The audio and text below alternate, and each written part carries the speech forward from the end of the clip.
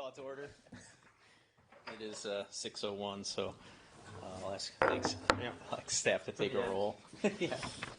Adjourn. Mayor Devine? Here. Wayne Clark? Yes. David Roshka? Present. Eric Torkelson? Here. Kathleen Dagenhart? I'm here. Great, thanks, Kathleen. Can you hear me? Yep, I can hear you. Brian Frank? Here. Excused are Rossi Manka, Brendan Reinke, and Jessica Katzenmeyer. Very good. You have a quorum? Thank you. Still good. And the next item will be approval of the minutes from our December 7th meeting. So moved. Second. Okay, we have a motion. We have a. Mayor Devine, I just had one item, if I may, just follow up with staff from our previous meeting. On the minutes, or? Yes. Okay. It's 3A and 3B. It's the community living arrangement. I believe it was 1467 South 75th Street. And at our last meeting, I know like one of the comments I had brought up was just about general property maintenance and upkeep. And so I'm just looking for like some feedback. I believe this went for a common council review in January, so I'm looking like if there's any citizen feedback and kind of what common council feedback was. Steve or Zach, if either of you jump in. Yes, Steve, if you want to. Sure.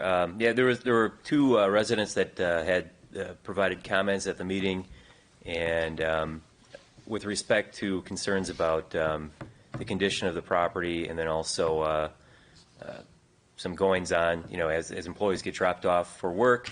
Apparently, occasionally there's commotion, whether it be loud music or smoking or yelling, something like that with people getting dropped off. But the council held action on it, and we'll be coming back to Common Council with it February 7th. Okay. Thank you, Steve. Sure. Okay. Were there any changes to the minutes? Corrections? If not, all in favor, please say aye. Aye. Any opposed? The chair votes aye. The minutes are approved. And we will go to item D, and we will take up items 2A and 2B. Thank you, Mayor. So items 2A and 2B are for conditional use permit for Helium, proposed instruction and training at 675 West National Avenue. That address will be subject to change when a new addresses are listed for that building. And this includes a site landscape and architectural design review, which we'll be looking at today. So it's a proposed yoga studio to be located in the south retail space of the Sona Lofts building. There's alterations planned to the tenant space, but no exterior alterations. This is coming before Plan Commission because it's considered a conditional use. The hours of operation are from 5 a.m. to 9:30 p.m. Zone C3. And staff has deemed the design guidelines would not be used because it's a limited scope and it's not considered a new development or significant redevelopment, as the original development was already approved. Here's the bulk of the plans. Here is just the floor plan. In orange is the kind of open studio space for the classes. There's 2 bathrooms, a storage area in gray, some changing area in this tan color, and then a reception waiting area here. There's a main entrance here and a secondary entrance and exit to the side as well. Staff recommends approving the site landscape and architectural design review for Helium, subject to Common Council approval of the conditional use and a new address assignment that the Code Enforcement Department requested. Thank you. Mr. Mayor, Yes, Wayne? what's the parking situation? Is it all street parking? The Sona Lofts and Makers Road development have like a kind of full shared parking situation there. It was something that was planned for with having this retail space was planned at the facility there, so there's off-street parking for the site there. Thank you. Yep. Move approval. Second. I'll say you can give that to who you choose. All right. Any other discussion on the motion? I was going to tell Eric and Kathleen I don't know if you can, don't try the raise your hand feature, just start talking if you have questions because I probably won't see it. All right. Thanks. All right. If there's no other discussion on the motion to approve, all in favor, please say aye. Aye. Aye. Any opposed? Ayes have it. Motion carries. Hey, Mayor, could I just offer 2 comments? I guess. No, I'm kidding. I just want the commissioners to know that Robin here, who is the proprietor of Helium Yoga, third year in a row, her yoga studio, and this is a hot yoga studio, has been rated the #1 yoga studio in the entire metropolitan area by Shepherd Express. I read that. So to add on to the long list of other top-rated businesses in West Dallas, you can now add on having the best yoga studio in the metro area is coming to West Dallas as well. I'd venture to guess that it might even attract some people from Brookfield to come here. I don't know, but I hope they can afford it.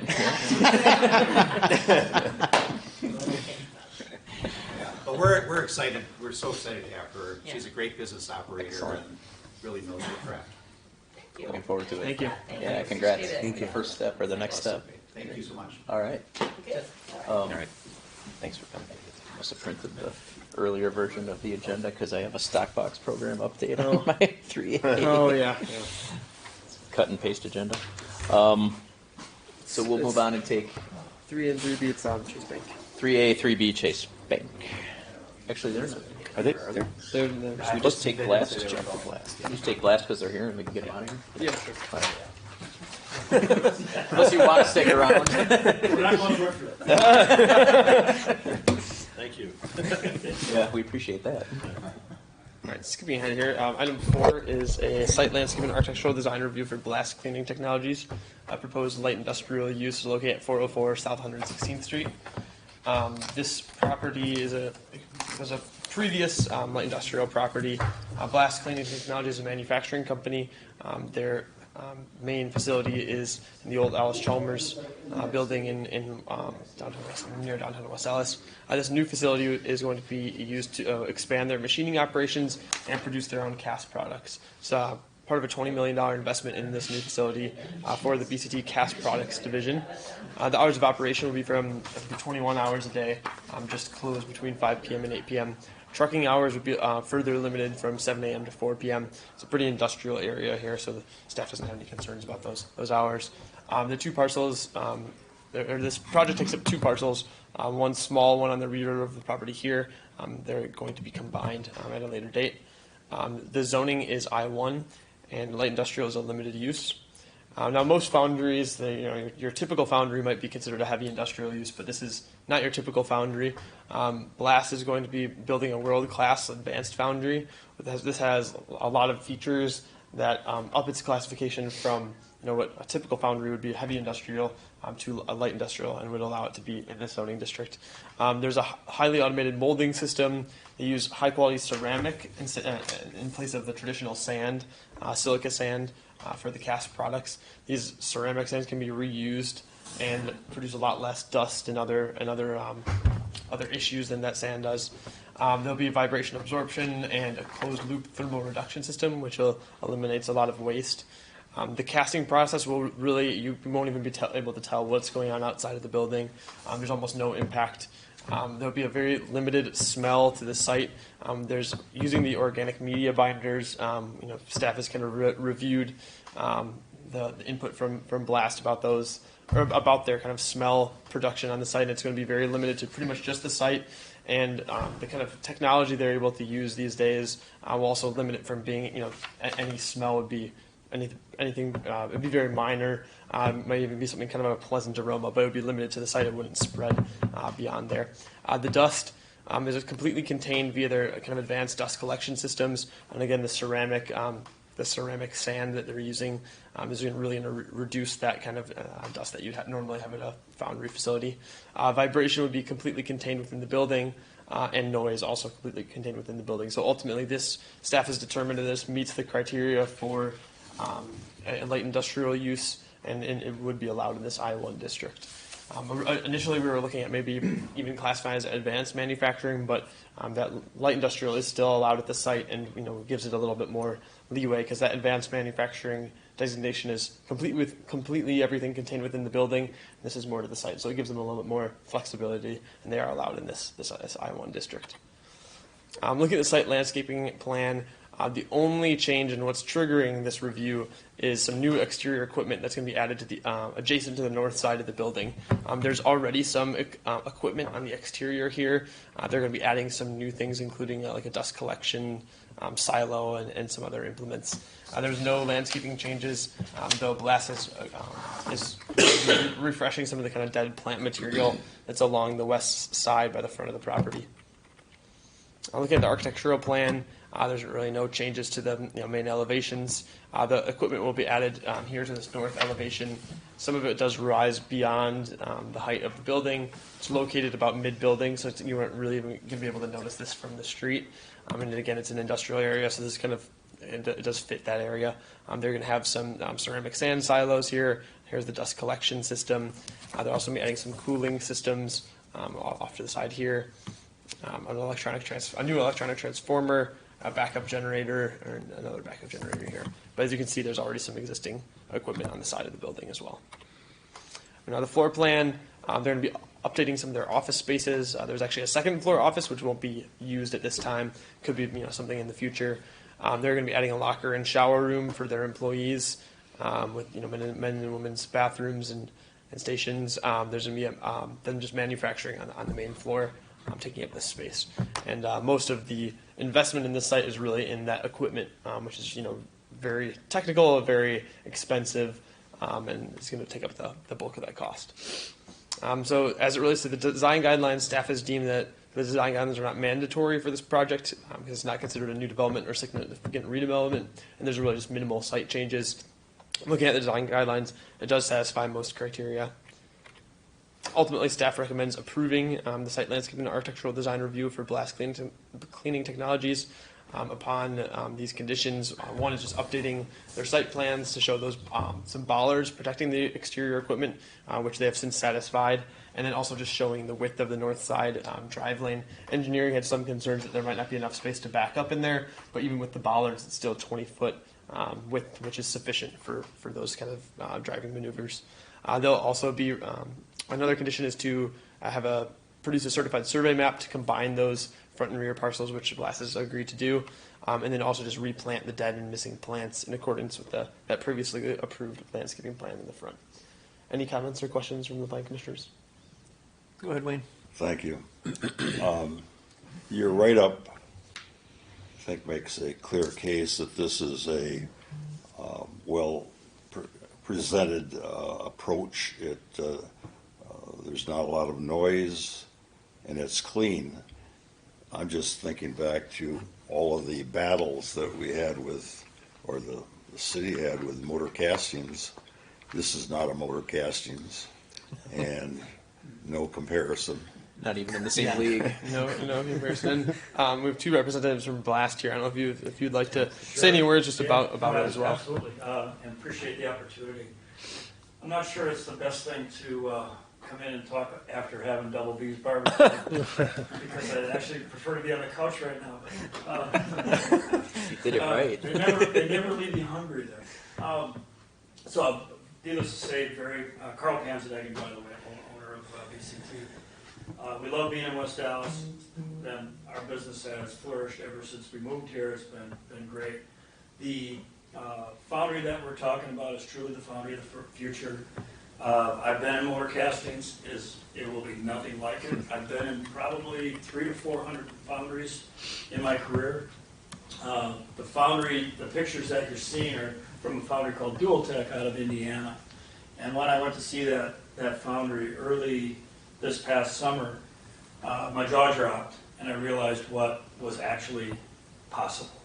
And that's what really started moving some things. We're actually going to take it even a step further we talk about ceramic sand instead of ceramic media, which is it's ceramic instead of sand, which creates the silica, which creates the health problems and all the dusting. Ceramic media doesn't necessarily break down and cause dusting.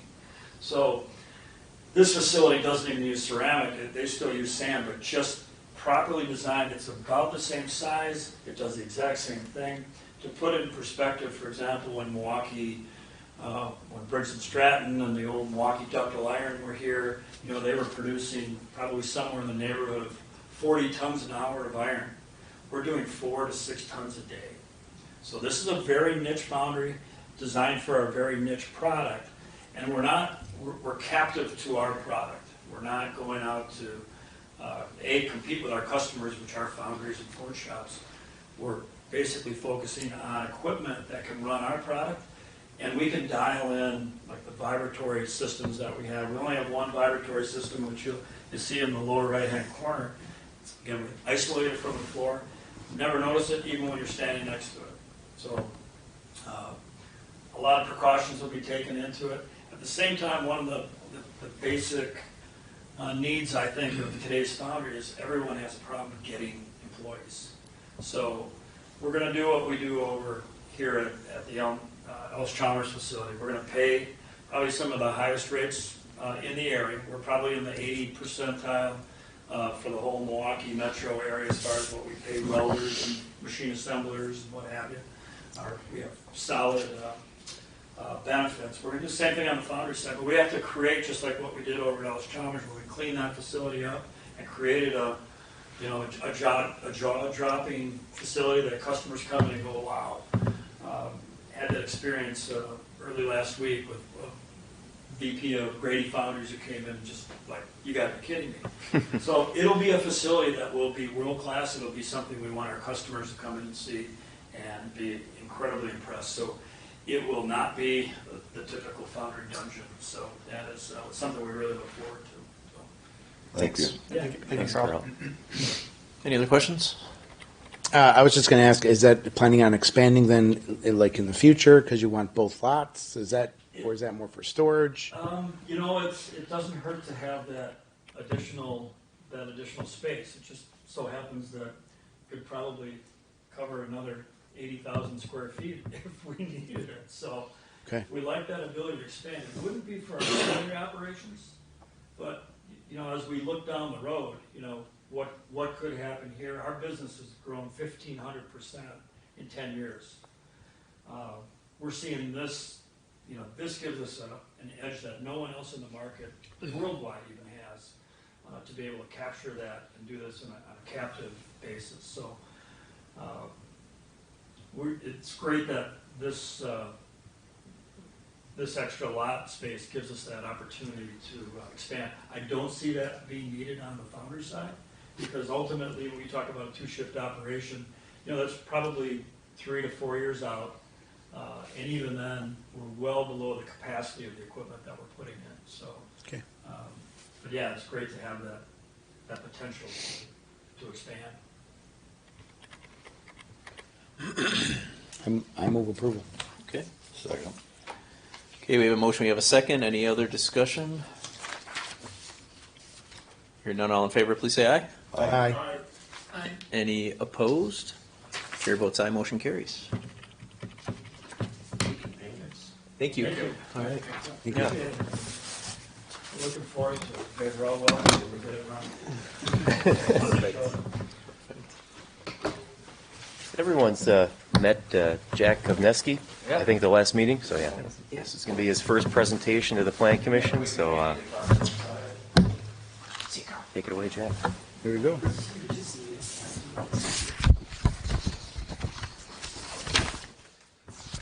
All right, now we'll move back to item 3A and 3B. Chase Bank. So thank you, Mr. Mayor. This is for a conditional use permit for Chase Bank, a proposed neighborhood service with accessory drive-through service to be located at 2678 South 108th Street. It's also site landscaping and architecture plans. So overall, it'll be operating in the former Boston Market restaurant. This is a reuse of the existing building with major facade and parking lot changes. The hours of operation are Monday through Friday, 9 a.m. to 6 p.m. and then Saturday, 9 a.m. to 2 p.m. The zoning of this property is C4, and in the C4 district, neighborhood services are permitted use. And then the conditional use permit is required for the accessory drive-through service. Overall, you can see the site landscaping plan. There used to be a curb cut, as you can see in this previous image, right in the middle of the property. This has been shifted north for WSDOT guidance. This is for traffic safety concerns. It's closer to Highway 100, or it's closer to the intersection of Highway 100 and Cleveland, so it's been shifted north. Cross access is still maintained with the target commercial property to the east. And then overall, there will be 25 parking spaces on the site. This is a reduction from 39 parking spaces. While this does not comply with the zoning code, this is as close as it gets to Chase being comfortable with the parking requirements for our code. For the zoning code, there's 3 parking spaces per 1,000 square feet of gross floor area open to the public, but Chase Bank indicated to us that 8 spaces would not be enough for their proposed business, so we made a compromise by removing the additional parking stalls, freeing up this space on the southwest corner of the property for landscaping, and then also there's signage right here. There will be a pedestrian connection as seen right here. This will provide access to Highway 100 for pedestrians. And then, like I said earlier, there is additional landscaping largely on this southwestern portion and then this western edge of Buting Highway 100. The exterior materials are a lot different. There's an updated painting scheme. As you can see, it's no longer red, white, and covered in EFIS. It's with sheet-out fiber cement panels. That's a step up from the existing materials, and then the rooftop mechanicals are also screened as well. And then for the site layout, there is not going to be typical of what banks see is like the 3-lane tellers. That is just going to be the drive-up ATM right here, and then the rest is interior. There are no exterior drive-through lanes besides that one ATM lane right here. With this project, compliance is mandatory for the design guidelines. Staff went through each one. The only minor concern was the mitigating impacts with the lighting. That might spill out onto the neighboring properties, but given the nature of this property and the location of what's in the target parking lots, it's a minimal issue. But there are some key components here that we'd like to acknowledge. The cross-access and pedestrian connections are maintained while the pedestrian connection is added. There's a modified driveway access per WISDOT. There's reduced parking along street frontage.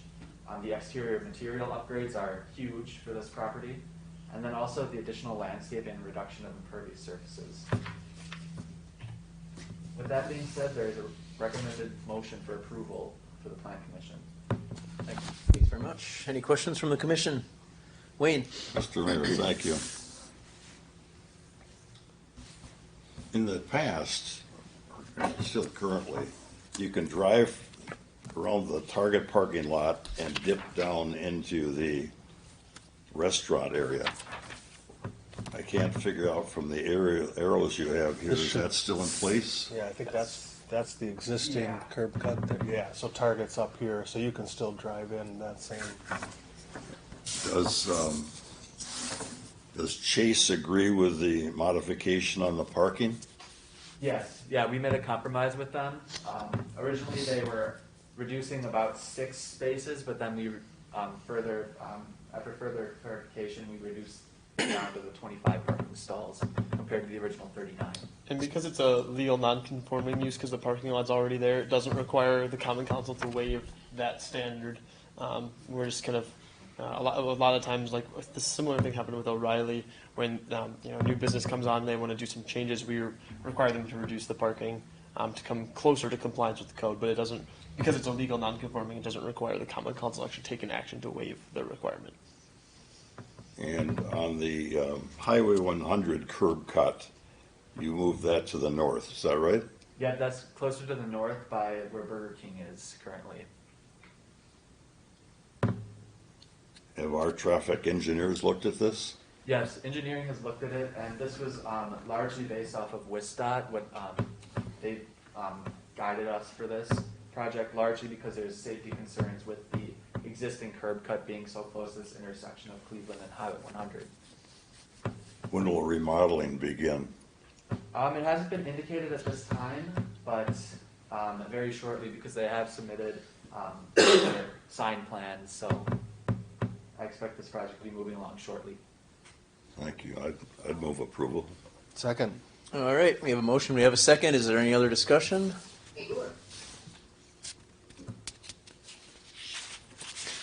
All right, hearing no discussion. Someone got shushed. So, hearing no discussion. All in favor, please say aye. Aye. Any opposed? Motion carries. Thank you. And then we'll take up item 5. Thank you, Mr. Mayor.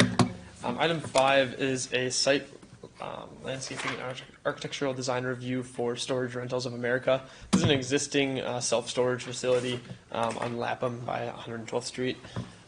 They're proposing to upgrade their site by replacing a paved vehicle storage area located here with a 3-story, 19,000 square foot self-storage building. It would be built up to the existing building but not connected.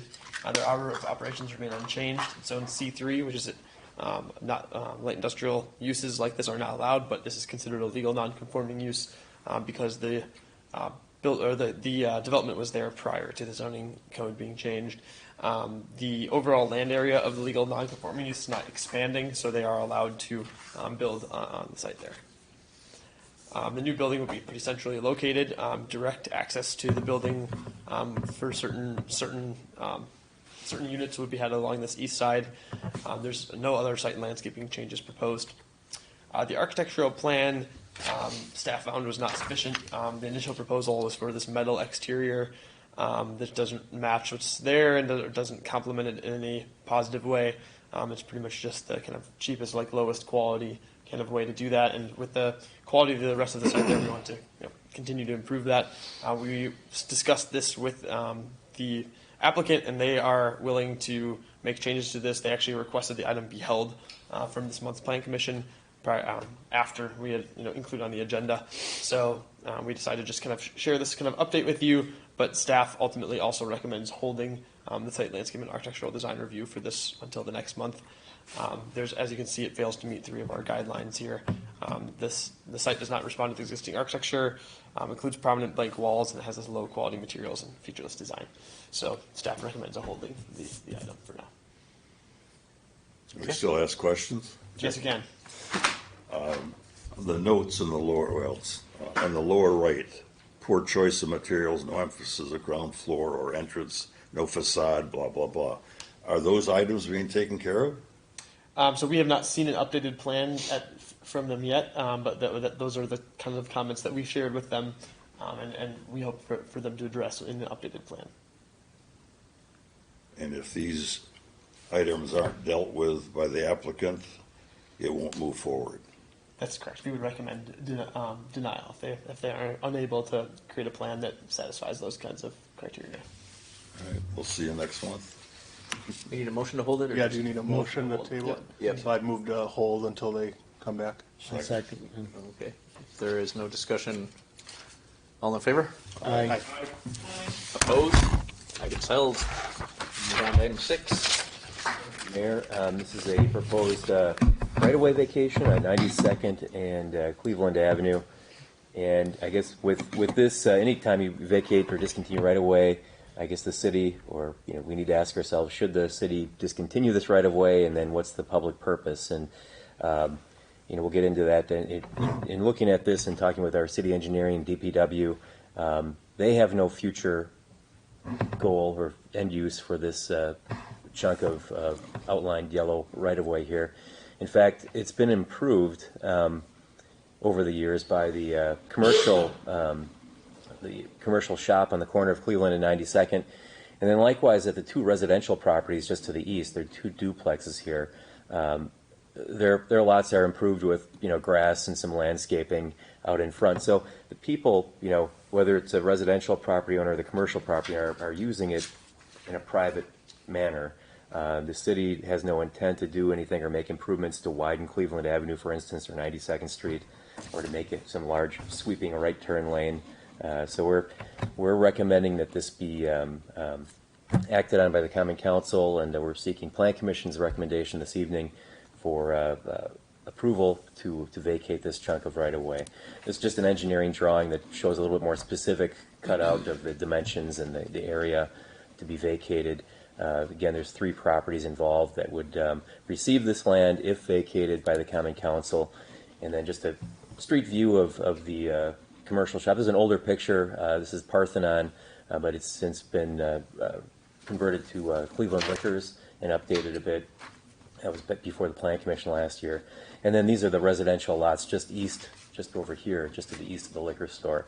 You can see this, basically that property line runs right probably through these arborvitae bushes and on up. And then the entire parking lot out in front of along Cleveland Avenue, this entire area is city right-of-way. And then a portion about 20 feet or 18 and 20 feet over here is city right-of-way. And, if there's potholes out here, for instance, the city has to fill those in technically. So we're maintaining what's basically being used as someone's parking lot. So it's, in our opinion, it's not, that's not serving the public. I mean, this should be privatized and the city, go through this motion. The process of doing so, we've introduced to this common council back on the 10th, and then we've served notice, certified mail to the abutters on the 20th, last Friday, and then we're here tonight at Plan Commission.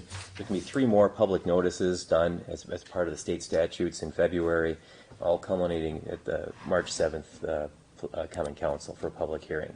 So people could certainly object. Any of those abutters that are going to receive that land, or anyone else for that matter, could object to this, but it's going to take 2/3 vote of the common council to overturn that, those objections and act upon the vacation or not.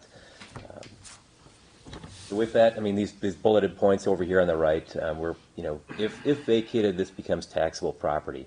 So the land gained by the commercial shop is then taxed accordingly, and then the 2 residential lots as well.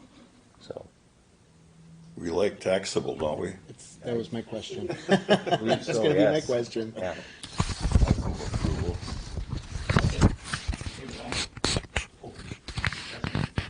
We're getting there. Any discussion? Thank you. Alderman Rowe.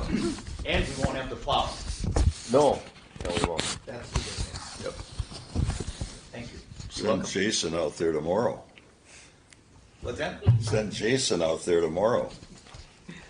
Start collecting. It's early in the year. All right, all in favor? Aye.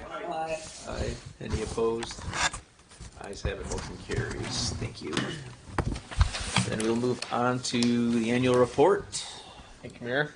So item 7 is just briefly sharing our planning and zoning 2022 annual report. Just kind of a summary of some of the planning activities that happened over the last year. We had some pretty big developments on our end that the Plan Commission approved. The comprehensive zoning code update was done in May and then adjusted again in September. Our design guidelines, review guidelines were adopted in August. We're just starting to see those being used now as we've had some, starting to get more bigger developments coming in. I think in the coming months we'll see some big projects that can use those as well. And then in October we eliminated split zoning citywide with the last of over 300 rezonings. Big year for rezonings. 383 properties were rezoned by the Plan Commission and Common Council. So good work on that. We had a lot of different public engagement opportunities as well, a lot of neighborhood meetings, public hearings, and hundreds of survey responses from our various surveys related to like the design guidelines and zoning code updates. We had kind of a dip in some of our number of approvals, 24 site landscaping architectural approvals, 14 conditional uses, but still a lot of business occupancies, 167. So one of our big projects this year is that downtown plaza that was approved a few months ago. Some from across the city, a lot of stuff from the different areas. Our Reenergy's training center, the visibility center opened. We had that Big B coffee approval all on the west side of the city. Then several new businesses opening: Bread Peddlers, Taqueria El Toro, Ope, and some other big kind of developments on the east side that included the Deco, Sona, and Makers Row, and the 3 Leaf apartments that were approved previously as well. So just wanted to thank the Planning Commission for all your hard work in 2022, and looking forward to a good 2023. Of note, on the Sona redevelopment, Bob Monette was here before. I'm not sure if he mentioned it during Plan Commission or maybe it was before the meeting, but they have 110 market rate units within that facility, and people are starting to move in, and they've leased up. I think they've got 10 of those 110 left. So it's well ahead of schedule. Again, another very successful apartment facility for Mandel and for the city, for that matter. What is the visibility center? That is it's a Beyond Vision. Beyond Yeah. Vision, and The old Sam's Club. Yep. Got it. Yep. Any other questions? Yes, Mayor Devine, I had one. Yeah, Eric, go ahead. I saw that there was the OpenGov platform, or yes, for the workflows for the permitting and application process. Yeah. Is that possible to have this put on the docket in 2023 for a plan commission, just to get like a high-level overview of how Yeah, this sure. workflow process works? Absolutely, yeah. Yeah, we can add that to our next plan commission agenda to give an overview of the OpenGov processes and applications. And we actually That'd be nice. I appreciate it. I know we had talked about that a little bit in 2022. Yeah, and we actually are just about to implement a new, like an updated version of our planning application that's used for all the kind of planning commission things. We've been using our original OpenGov application since I think like March or April of last year, and we found some kind of new efficient ways to do things on there, and so we've actually, with the help of our clerk's office, just kind of completed an update to that. So we can kind of share some of those different applications and stuff with the Plan Commission, kind of give an overview of how the OpenGov stuff works. It works really well compared to previous stuff, so that's pretty nice. Perfect. Yeah, looking forward to it. Thank you. Yep. Any other questions? All right, then our next item is the updates. Thank you, Mayor. It's the last item tonight. Some updates, and conveniently, some of these were already brought up already today, so we can keep it quick. But the 83rd Street Industrial Building permit was approved on 12/8. This is just north of NNS Towing. Yeah. There's kind of an industrial facility that Plan Commission recently approved. That building permit was already approved. The Nubius Couture is a massage therapy use that was approved by our common council on the 10th, at the same time that CBRF expansion was held by the council after some of those concerns about the operations and size. And then Soda Lofts, the first residents moved in, as Steve and Bob mentioned before. Some nice pictures of some of the move-in taken from their Facebook, and the state of that building there, as it's really, really close to full completion. So anyway, a lot of good progress on some of those things. Eric, to your question before, too, about the CBRF, the point number 3 up here. So at the council meeting, that was held by council, and since that time, Alderman Weigel and I met with the owner-operator of that building. And it's a new owner. They've owned it since the beginning of 2022. And they've since been licensed for up to 14 persons. But with some of the concerns that were heard at the council meeting, we met with her afterward, and she's willing to do a number of things. Install cameras, property maintenance. She's going to be putting in new windows and a new roof on the building to sort of upgrade the look of the building, freshen it up, and for maintenance-wise. So she's doing a number of things in response that she was planning on doing, but that are hitting some of the points that were brought up at the council meeting. So that being said, it has to come back to council for approval, for consideration on the 7th of February. Great. Yeah, Steve, thank you very much. I appreciate that. Sure. All right, no other questions? Then our next item is very important. It's item E, which is adjournment. Does anybody wish to make a motion to adjourn? Motion to adjourn. Second. It took forever. All in favor? Aye. Opposed? All right, thanks everybody. We are adjourned. All right. Thank you, sir. Thank you. Thank you, everyone. Thanks.